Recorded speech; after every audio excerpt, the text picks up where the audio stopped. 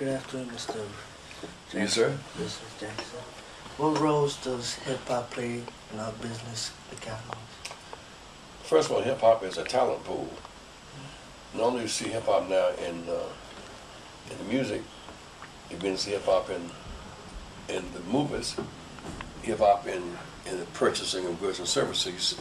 It's becoming a profoundly economic agenda. People around the world are now dancing to, listening to rap and hip-hop. So we're playing an impact, we're having a cultural impact, and increasing our business impact. People like Jay-Z and Puffy are focused on the business of the matter, not just entertainment, but emancipation and economics. I know Martin Luther King Day, I know what you did. So since, when I sit down and think about slavery and black people showing each other gangs and stuff, I'm like, wow, we families. We should never do this. So, the first thing you can do is to become aware of the fact that you are conversant with slavery, segregation, and violence. Those are good subject matters. That you are acquainted with leaders who have made an impact.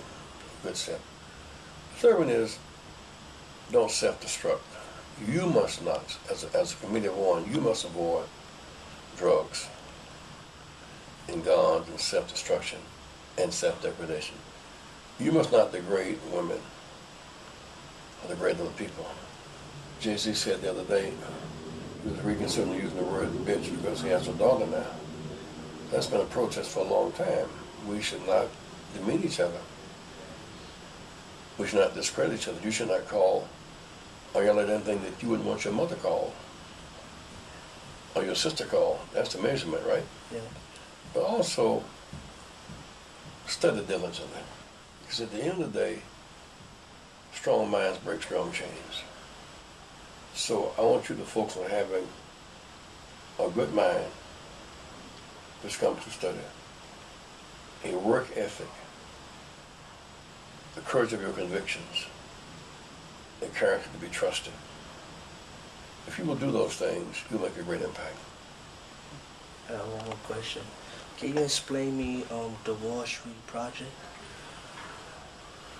Wall Street is the financial capital, just like Washington is the political capital, right? Mm-hmm. Come to Wall Street to look at this whole issue of capital and stocks and bonds and pensions and money. So Wall Street is saying that beyond being free,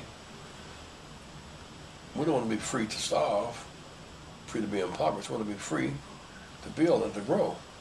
And so many of our businesses can't grow because they cannot get access to capital. They cannot get access to credit.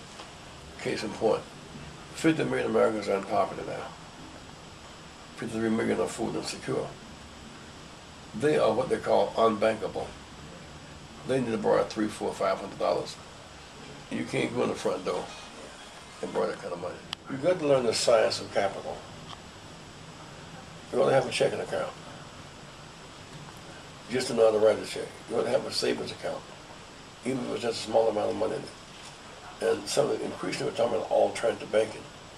You go to the big bank, you want to borrow $500, it's too small, they reject you. But that may be what you need to survive. And so there's something called a payday lender. Often the interest rates are exorbitant with a payday lender. So we need to regulate that industry so it's not exploitative. The people who are poor must have some access to capital. I met a guy the other day. He went to a downtown bank. We want to borrow $500. Says we don't have an allocation that small. That was like 7% interest. So had to go around to the bank, go around the payday lender. It was like 16%. Well, why did he do it? Because he had to get $500 to fix his tires to drive to work. So that's his reality. You know what I mean? He wasn't borrowing $500,000, he was borrowing $500. And so increasing the poor pay more. The poor pay more, and that's why you got to understand how to break up that scheme. The poor paying more, we're getting more for less, getting less for more.